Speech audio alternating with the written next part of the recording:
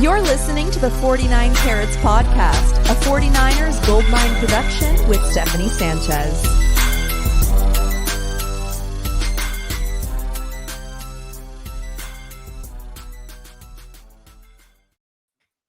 What's going on, everyone? Welcome to another edition of the 49 Carats Podcast. I'm your host, Steph. It is Wednesday, January 17th, and people, it's time to lock in because it's 49ers game week, and it's not just any game week. It's finally the freaking playoffs, so let's go. We got some important updates and quotes from Kyle Shanahan yesterday, so joining me to discuss that, as always on a Wednesday, your favorite morning crew, -1. Wayne is MIA today. He might join us later, but for now, we got John Chapman. So John, how you doing, man? I'm doing great. This week has just been incredible because, we had the bye week, and so there was a little bit of hesitation there. But, man, 49ers versus Packers, for all of us that are around my age, this is huge because we've had so many playoff matchups against this team, and I still got a little bit of, the Packers aren't in my top, 5 hate group or angry group or, revenge group, whatever. But there's still a little bit of animosity there, and I'm pretty excited about this matchup this week.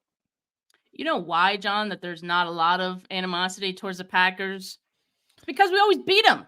We do. Recently, in recent years, as long as I've been following the 49ers as they've been good, I've been following since Alex Smith era and all that, but there's been some really good 49ers matchups against the Packers since then in the playoffs. So I think of this matchup very fondly. And yeah, I'm excited for this week. Of course, we're going to start off talking about the injury updates that we got from Kyle Shanahan. Yesterday when he spoke with the media, Clinton Farrell, Dre Greenlaw, and Logan Ryan were the only guys who didn't practice on Tuesday due to injury. Trent Williams always gets his rest day as he should. But everyone else was either limited or full go on Tuesday. And according to Kyle, Greenlaw and Ryan should be good to go and practicing Wednesday today. Yeah, it really seems like Farrell's going to be the only one that's out. They've already declared him out. He's not going to be playing. But Greenlaw's going to be a go. Ryan's going to be a go. Trent Williams going to be a go. Armstead's going to be a go. Odom is the one that's kind of a little bit on the rocks for me as far as him getting activated off of IR. But I still think with him getting limited practice in, it's a torn bicep. If they want to, I think Odom is a little bit more about roster space than it is about the injury itself. Who do you want to bump off of the 53-man to make room for Odom? Because you'd have to sacrifice some depth at some other positions. So we'll see what happens there, whether that's Logan Ryan or not. But the 49ers, I mean, look at the title of the show, baby. Everything is going the correct way. We are the healthiest team in football currently, knock on wood. I'm not a big curse guy or superstition guy, but that's where we are now. And that's what comes with being the number 1 seed in the NFC or AFC is you get this rest. And so for the 49ers, we have said repeatedly, and we'll probably say it again on this show, Steph, the 49ers are the biggest enemy or weakness to the 49ers. They're the only ones that can get in their way. And with them being fully healthy, that just removes half of that question. It would just take the 49ers just literally fumbling and throwing interceptions like crazy people to not win this game. They're the better team. They have the biggest spread of the week, 10 points. It's not the first time we've done that. This is the 7th time this season we've been 10 or more points favored. So the 49ers are right where they want to be. And Armstead right there in the middle of your graphic, I absolutely love it. None more important than that guy, number 91. Really excited to see what he's going to bring this week. It's been really cool to, over time, see the impact of Eric Armstead, mostly when he isn't there. That's when we've seen it the most. And I think we've all grown to really appreciate what Eric Armstead does for this team. It's going to be huge for him to be back with that defensive line because he has the power to transform the look of that defensive line, the run defense, all of it. George Odom as well. If he could be activated for this game, that would be huge for the 49ers. I think they can, skirt by this game without him and probably activate him the next week, but I can't wait to have George Odom back out there because that's going to be huge for the special teams. But yeah, I mean, this is exactly why the 49ers needed the bye week. You said it, John, like really the only thing standing in their way is themselves and injuries, as we know, has kind of plagued them in the past. But right now they're healthy. They are good to go. And so while the bye week was great for players who were, nursing some injuries, for other players, it simply meant rest, especially with the 49ers playing a meaningless week 18 game as well. And a lot of people were like skeptical of the benefits of like having too much rest, especially as it pertained to Brock Purdy. This has actually been a huge topic. And like, I'm actually surprised by, I don't know, just how people have responded to it. Like Steve Young's comments kind of started it. He didn't like Brock Purdy being out of that week 18 game. Kyle Shanahan yesterday was still getting questions about it in his presser. And I'll just say, like, if it helps anyone feel better, Kyle is not worried at all about Brock Purdy being rusty. And you want to know why? Because practice. That's why. And he said they've been pushing the hell out of practice. We talk about practice. I need to get that soundbite so bad. That's enough. I can play that. But yeah, like he said, they've been pushing the hell out of him in meetings, so mentally and physically in practice. He's been in the building even on his days off. And you know what? I'm not worried about Brock either, because coming out of the 49ers bye week earlier this season, Brock Purdy put up 3 touchdowns on Jacksonville's head. And we're talking about the same dude that came into a game after the starting quarterback gets hurt against Miami last year and finishes the game looking better than the starter without barely even getting reps in practice. You know why? Because he's like that. So I'm really not worried about Brock Purdy. Yeah, the 3 games that I look to, you brought up 2 of them. Number 1 was his first kind of game ever against Miami, which I will never forget that. One of my favorite games I've ever attended. What's up, Red Jet? She's one of the best, man. Appreciate you. And so, like, Jimmy G, I see him limping off the field. I see him on the cart, and I just, Todd Yuseo too. What's up, man? Awesome chat today. We got the squad in here. I love it. And I see the injury take place, and I say, I look over to my buddy Rick and Will, and I said, time to go get beers. So I walk out of my seats and come back with some beers. And the whole time I'm walking back, like I'm looking back at the plays, and I'm like, all right. Mm-hmm. One of the most fun games ever. He comes out in that Miami game. He goes 25 of 37, 210 yards, 2 touchdowns, 1 interception, an 88.8 rating, which is good, not great, but you still won the game by multiple touchdowns. Pittsburgh, you brought up, or I'm sorry, you didn't bring up the Pittsburgh game. That's the one I wanted to highlight. That was week 1. Yeah, because it's a good one. He had the full week off beforehand, no game, and then came out 2 touchdowns, no interception, 220 yards, a 111.3 rating. And so 3 games that we have seen Brock Purdy come off, he's gotten better each one. Each one he's improved from the previous time. I'm not concerned. And it's not like he had a week off. He just didn't play a game. Practice, you get to focus on what you want to do and develop without getting the quarterback hit. That's the only difference, is you can't touch the quarterback in practice. Outside of that, he's getting positive reps. And so a lot of times, like, some of these narratives come by with people who haven't been around a football team coaching or playing, and I understand that. That's totally normal, not a bad thing. But in the building, coaches and players beg for days and weeks off to get their body right. And that's one of the things that is huge. We started talking about injuries, getting your body right so that you can perform to your utmost ability. The 49ers have had that privilege. And so now they get to take advantage of it.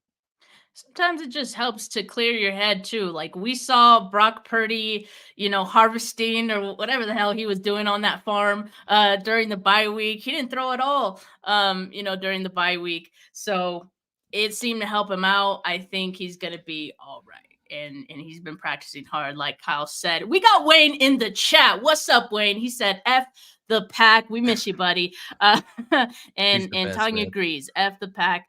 49ers girl asked, Steph, you going to the game? I am not. You know what? Like, we scheduled the vet appointment for my cats on Saturday, and my girlfriend would kill me if I rescheduled. Gotta take care of the fur babies for this game. So I am not going to be there, and unfortunately, I won't be at the NFC Championship either. because I will be at the Senior Bowl. So, Ooh. or I will be coming back from the Senior Bowl. So just be really tight. I gotta say, man, your Senior Bowl coverage and Wade's, the first thing I bookmark every single new calendar year for is Steph's official visits and tracker. It's like I'm telling you, it is the holy grail of resources for John Chapman for like 4 months. So I am excited, really excited about this. So that's gonna be fun. I appreciate that, man. Yeah, it's getting started. I'm gonna put it out on Friday, so you guys be on the lookout for that. Yeah, if the 49ers make the Super Bowl, I'm gonna be out there. I'm gonna be in Vegas, so that's the next time you'll see me. But appreciate all you guys in the comments. You guys keeping it lit as always. Appreciate the love. This is my first time streaming onto Instagram as well, so hopefully that stream is going well. I really can't see how it's doing while we're live, but what's up, Instagram? But back to the topic. Yeah, I'm not worried about Brock. If he does need to be eased back into game action, well, you have someone who can dispel that pretty easily. His name is Christian McCaffrey.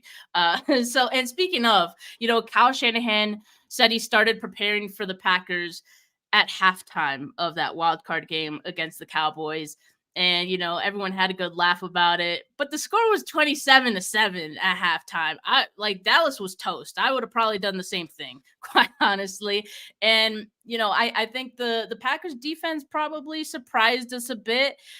That had been their weakness. They held their own against the Cowboys offense. They locked up Lamb, stopped the run game. Dak looked lost out there for much of the game. But at the end of the day, that was the Cowboys. And now we're talking about the 49ers here. So what do you think Kyle Shanahan noticed about that Joe Barry defense that he can exploit? Well, I'll say this. Their defense it's opportunistic without interceptions. Now, that's not what we saw in the wild card round, but they were playing against Dak Prescott. What does Dak Prescott do in the playoffs? Interceptions. What does Mike McCarthy do? One of the most predictable play callers in the NFL, in the history of the NFL. There were 6 consecutive second downs to start the game. Mike McCarthy ran the ball and forced a third and medium. He didn't convert one of those rush attempts for a first down. It was throw on first, run on second, try to get a third down conversion. I mean, it's paint by numbers offensive play calling by the Cowboys. That's not what Shanahan does. It's just a completely different matchup. And that's the difference is that, look, Joe Barry's not a good defensive coordinator. I would put him in the bottom 5 category of all DCs. I have no clue how he's kept this job that long. Not that I'm trying to be disrespectful of him, but if you look at what the Packers have done and how they built their roster, every first round pick that they have is on the defensive side of the ball. Yet you look at their numbers collectively, their ranks collectively, bottom 5, bottom 10 in almost every single metric. So, if we're looking at what Joe Barry's going to do, that dude better hope and pray Kyle Shanahan doesn't just run the ball 50 times like he did the last time against this, got the former Green Bay defensive coordinator fired Mike Pettin. So that's huge to me. The 49ers should just be able to run the ball. And that's what I would focus on. Now, I will say this, and I think the first drive, the first time Kyle Juszczyk comes into the game, that's what you got to pay attention to. Because the Packers have been a 50-50 split in how they personnel 21. So 21 is 2 backs, a running back, Christian McCaffrey, Kyle Juszczyk, and 1 tight end, George Kittle.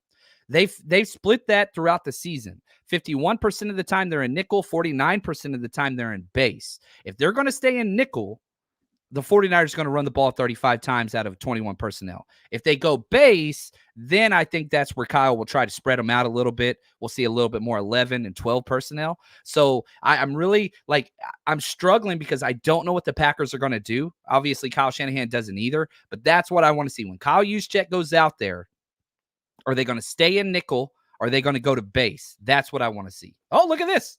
Yeah, I saw this tweet yesterday from John Daigle, and he said no offense ran more 12 personnel in the wild card round than Green Bay, 48% of the time, and the Cowboys refused to change their defense to stop it. I guess this pertains to the Packers offense, right? But it's reciprocity. It's complementary football building on these different things. Keep going, Steph, because I think you're going to give the answer right here. Yeah. And 49ers against 12 personnel, their defense is 4.1 yards per play is what they give up. That's fourth best. 5.9 yards per attempt, that's third best. And 2.9 yards per carry, that's second best. So as far as how the 49ers defense match up against the Packers offense, if they're going to be in 12 personnel, I would say that looks pretty good.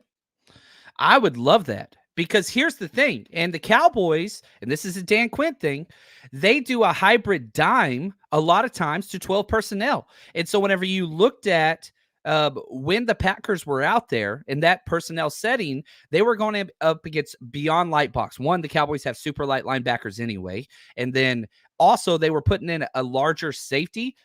They were completely exploited. Their eye discipline was terrible and all those things. So what do the 49ers do against that same personnel grouping? Fred Warner and Dre Greenlaw are two of our best players and most disciplined players that are two-way players, you pass and run. Cowboys' biggest weakness, the 49ers' biggest strength. That's what changes there. So whatever the game plan was of the Packers against the Cowboys, please, Lord, please let them do that again. If they do, they're going to have egg on their face, and it's going to be terrible for them. They have to come up with a brand new game plan on a short week, and with two travels, they have to travel from Texas to Wisconsin, Wisconsin to California. It's against them. It's against them. That's definitely tough. Rohan in the comments points out the Packers are 27th in defensive DVOA, and right here on the screen, you're seeing the EPA, offensive and defensive EPA per play. 49ers, of course, have the best offensive EPA in the league, and by far the most of any team that's currently still in the playoffs. And as far as defensive EPA, they're in the positive quadrant as well. You see the Packers in the bottom right quadrant. So not as good in terms of their defense. But for me, I think the low-hanging fruit with this Packers defense is the linebackers. And for me, that could mean big days for Debo, Kittle, McCaffrey. Like, as far as Brandon Ayuk, I'm not sure what it means for him. I expect him to be matched up with Jair Alexander much of the day. Alexander, of Who's course, not practicing exited currently. Well, okay, so he exited the game this weekend, right? He re-aggravated that ankle injury. The Packers put out a practice report for Tuesday. They didn't technically practice on Tuesday, Correct. but they put out a report. They listed him as limited. So, I mean, that's already probably a good sign early in the week. I think he's going to be good to go. Now, good to go, that's all relative, right? Like he's going to play, whether that means he's going to be 100% or not, probably not, I would think. And so just something to monitor again, because like he's dealing with this injury. It could be something he could re-aggravate again. But, I like the thought of the 49ers being able to get their run game going early in this one. I like the thought of being able to ease in Brock Purdy back into the swing of things. And I can't think of a better way to do that than the run game. Let it do its thing and just have plays kind of bounce off of that, see what the Packers are trying to do early on in the game defensively, and then dial up some stuff. We got Wayne Brazy in the house. Wayne, how you doing, man? Hey man, I was sitting there listening like, yeah, spicy. Let's talk. I like this. Let's talk. Shout out Nick, man, for the donation. He didn't even want to say anything. He just wanted to support. Appreciate Good guy, that Nick. Good guy. Yeah, it's awesome. So Wayne, we were just talking about how how Kyle Shanahan may try to attack this Joe Barry defense. Is there anything specifically about that defense that you're kind of eyeing? You're like, yeah, I like that. Man, their defense is trash. So Kyle can attack it however he sees fit. And look, I wouldn't be surprised if Kyle don't come out guns blazing. We see, and I think I broke down the first play, the first drive, 7 passes, 3 runs. It could be weird like that where Kyle's just like, they can't stop my Brock. And so look, I want Kyle to be aggressive, but I want Kyle to be able to make adjustments because that the Packers are going to try to do one thing, and that's stack the box and eliminate the run. That's what the Dallas Cowboys tried to do to the San Francisco 49ers. And so I'm expecting teams to come out there and try to stack that box, but they must forget who they dealing with. I just feel like Brock is not getting, once again, the love that he deserves. Because when you talk about a quarterback that's been playing against the stack box, he's no Jimmy Garoppolo. And I think that's what Packer fans think. They think they're going to get that type of game. They haven't played against Brock yet, and that's the unknown, right? And so that, to me, is what Kyle Shanahan is going to utilize. He's going to find a way to utilize Brock Purdy in every facet, but, you know, he has to be able to run the ball as well. So run the ball, stick to that game plan, and come out there and just do the damn thing. You can attack this defense in every way, especially those linebackers in the pass game. There you go. One thing about Wayne, he's not going to mince words. He came right in here and said the 49ers can do whatever they want, basically. Couldn't do it if he tried. Yeah, we That's love why we that. love him. Exactly. Glad that you're here, Wayne. Yeah, I mean, you mentioned something that I think is important. Like, I see a lot of Packers fans. I'm like shocked actually by the cockiness of Packers fans right now. Like, because we've been respectful about what the Packers are doing. Like, I've liked the Packers this year. I'm like, they're a fun team to watch. They have a lot of like young players and all that. They're just happy to be here in the playoffs. They probably have another year to go in my book, but the fans are just so disrespectful about Brock Purdy. We are seeing Packers fans cut up clips from the Ravens game saying, that's their mecca. If you just take out the screens, this is what Brock Purdy does if he's forced to throw downfield. What about all the other games? And let me tell you right now, Packers, you're not that guy, pal. You are not the Baltimore Ravens, all right? You simply do not have the personnel to hang. So good luck to you and goodbye, because you're going home after this weekend, and I don't want to hear another Packers fan talk about Brock Purdy ever again. But shout out Nick. This time he added a comment here. Niners never gave up more than 100 yards to a running back. Yeah, to a single guy. They didn't. And, you know, I want to echo this. Like, look, the Packers should be excited. They're the first ever 7th seed to win a playoff game. They're the youngest team in the NFL. Jordan Love looks great. Those are all great things. However, you can't base what you did to the Cowboys on what you're going to do to the 49ers. Don't forget, the 49ers beat this Cowboys team by 32 points. You beat them by 16. You still gave up 500 yards to their offense. You still gave up over 30 points to their offense. And I think therein lies the problem. If they want to focus on Jordan Love, I get it. And we'll just, for the second, ignore the fact that he's going up against the 49ers defense, which is 1,000 times better than the Cowboys. But you've got to remember, the Packers defense is not good, hasn't been good, has never been good. Even in a game that they won by 16 points, they give up 500 total yards. Now you're going to do that to the 49ers offense. I'm sorry. Like, it just doesn't make sense. And yeah, they can talk about Brock Purdy all they want. I'm not seeing anybody post clips on CMC. I'm not seeing anybody post clips on Debo, George Kittle, Ayuk, all those things. The weapons are immense. And so, like, even if you told me Brock Purdy's stat line was 2 touchdowns, 1 interception, which is a bad game for Brock, I'm telling you right now, we're winning that game by 14 points. At least.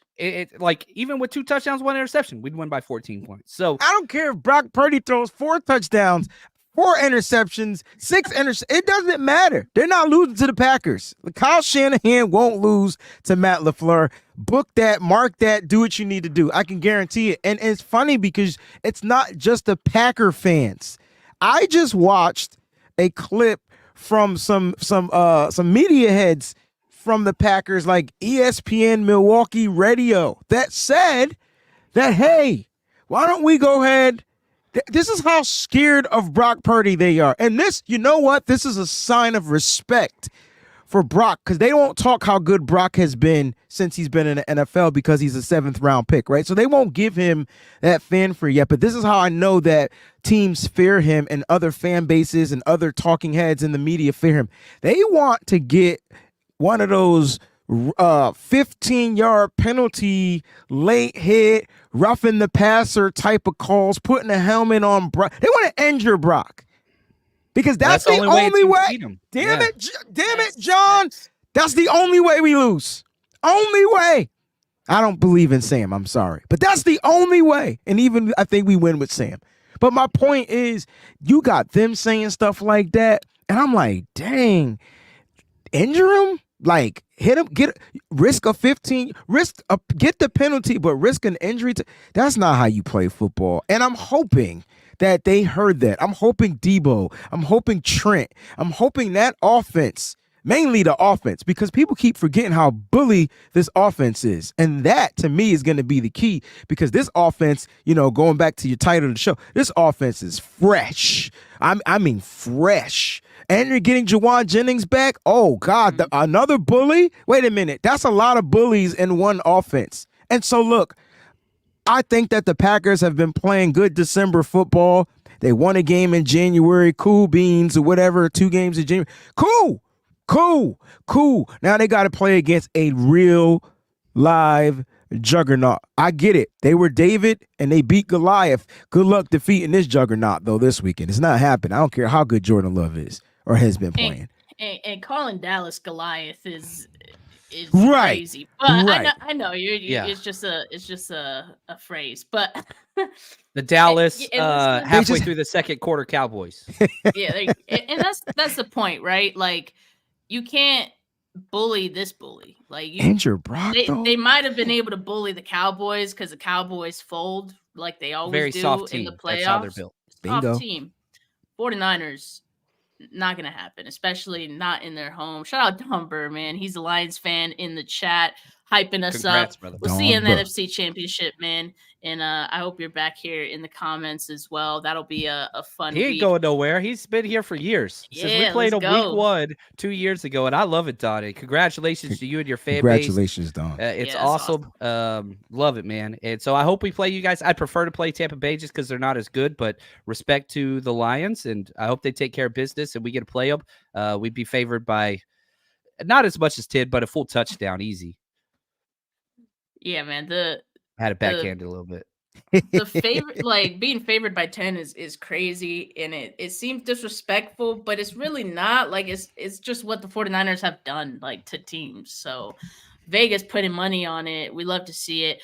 But everyone talks about the playoff record that Kyle Shanahan's 49ers have had over the Packers in recent years. We talked about it, at the start of the show. 4-0 in the playoffs. That was with Aaron Rodgers. And, entirely different group of pass catchers. Really, the only mainstay has been the running backs, Aaron Jones and A.J. Dillon. So the 49ers defense are familiar with them. But now they have Jordan Love. Like, we've talked about him, a little bit throughout the show.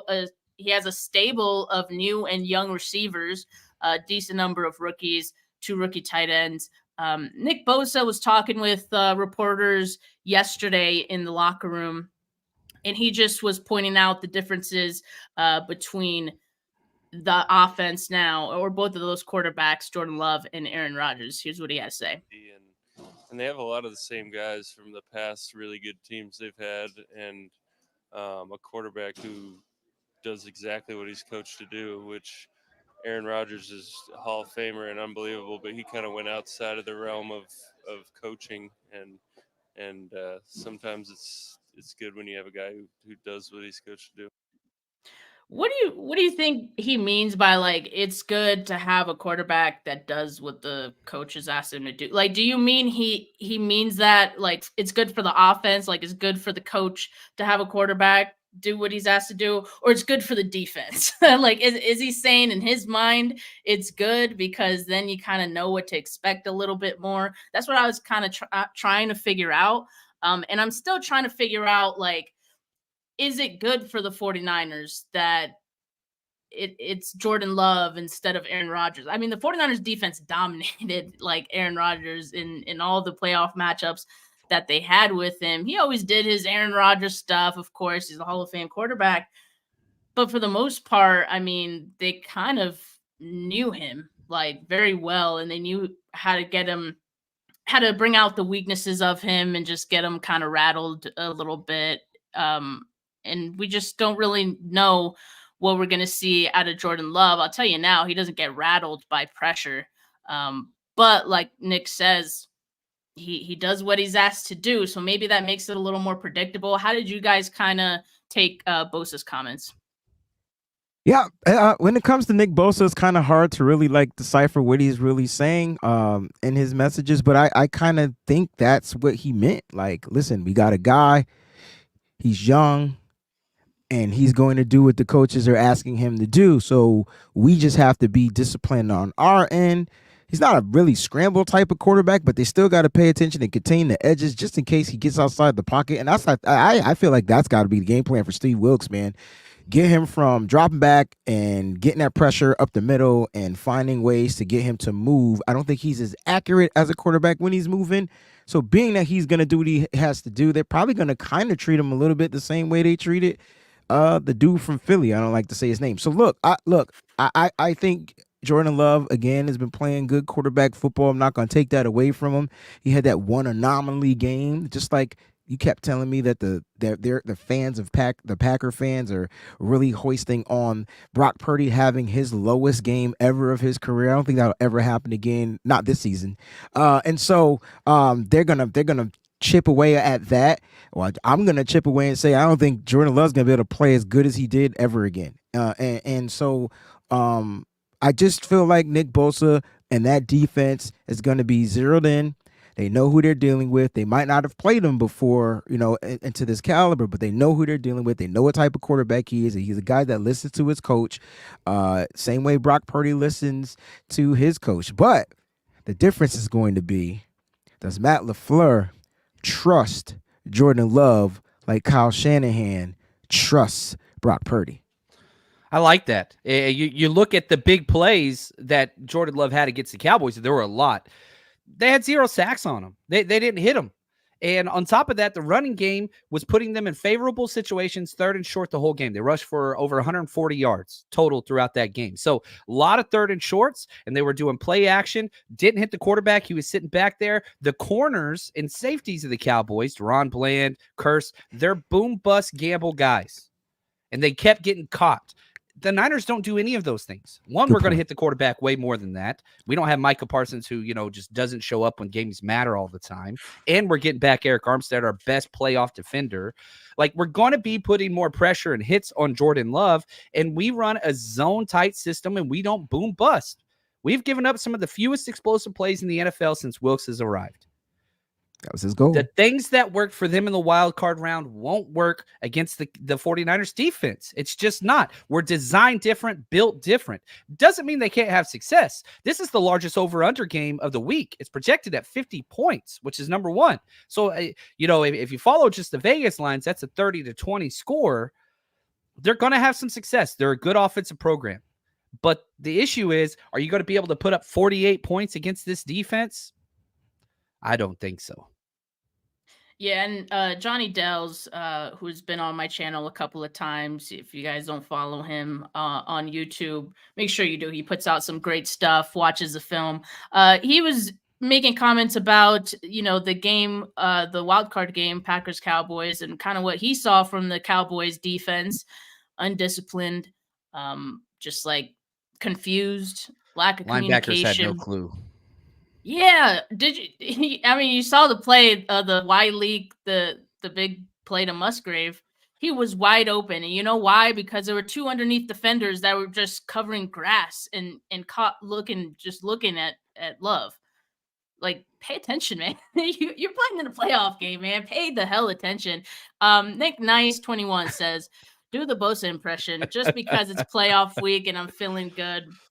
Here we go. Uh-oh. Yeah, so I guess it's true that, the 49ers put out the blueprint on Jalen Hurts. Tough to see them go home, but, now we're going to play Jordan Love, and it's a whole new week. Time to send him home.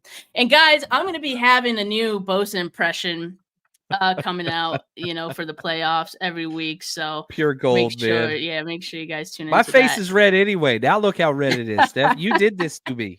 My gosh, that is awesome. Funny. Nick Bingham in the comments says, "Do you think Green Bay record against Dallas was why they won?" if you look at just historically, I don't think that really does, especially with such a young team. I think that Dallas is very poorly coached, and they have a quarterback that just cannot play in important games. It's just impossible. It starts with the ownership and the culture. It permeates everything. And so you look at the 49ers, we are built to win. Kyle Shanahan is 3-0 in the divisional round in 4 years. It's just not the same thing. Yeah, I think that's fair.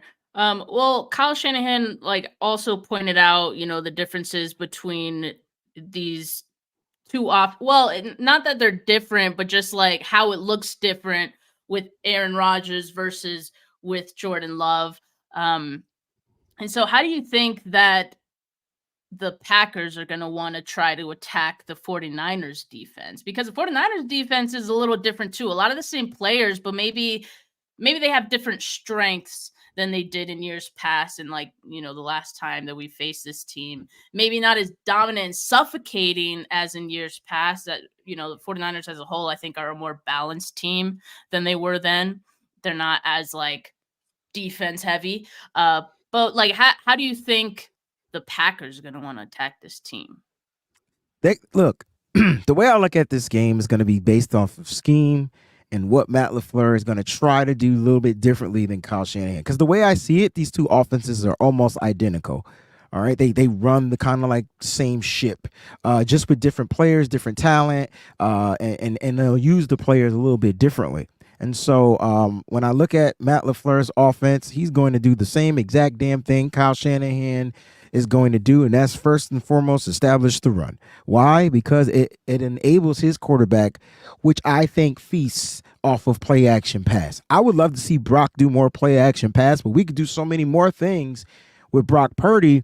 It's damn, that's why we don't do a bunch of play actions or boot actions to the right or to the left, which I think will be in the playbook for Kyle Shanahan this in this game. But that's what Matt LaFleur is going to come out and do. They're going to try to establish the run, which is why the Niners just need to take it away. Make this game one-dimensional. Force Jordan Love to beat you. If Jordan Love got to drop back plus 40 times, they're going to lose this game by 40. That's not the key to winning. So they got to try to establish a balance just as much as the 49ers have to try to establish a balance. But when I look at the two teams, which defense is more likely going to give up the run?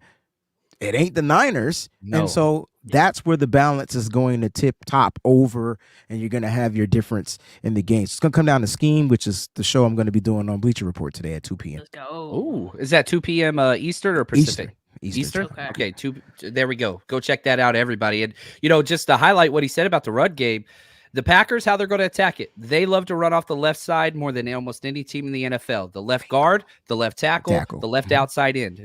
All of them way above league averages. This is a huge week for us because Cleveland Farrell's not going to be there. That was his job. Chase Young has to step up. Now, either Chase Young has to step up or Javon Hargrave has to have an absolute ball-out day. That's going to be key early on. Then, if I was LaFleur, I'd be going after the number 2 safety. Double moves, play action pass, trying to catch a busted coverage because that has been put on tape. Now, the quarterback that, Wade didn't want to mention against the Eagles, he could not take advantage of that because his eyes dropped the whole damn game against Jair Brown. But that's what I would be doing. If I was LaFleur, I am play action, double moves to that number 2 safety spot. I'm running off the left side. That's what I would try to do to establish the game early. That's what I would be doing. Yeah, I think the biggest key Slot for the fades 49ers. too, Slot fades, yeah.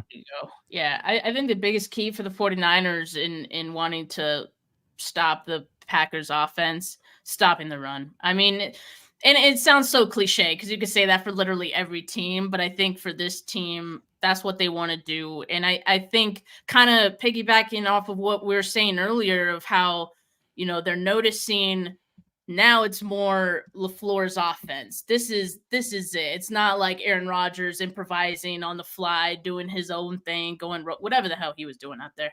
And so now I think it's a little more predictable. Kyle Shanahan, okay, I know this offense. I know what he's trying to do like the back of my hand. So I think that'll help this defense.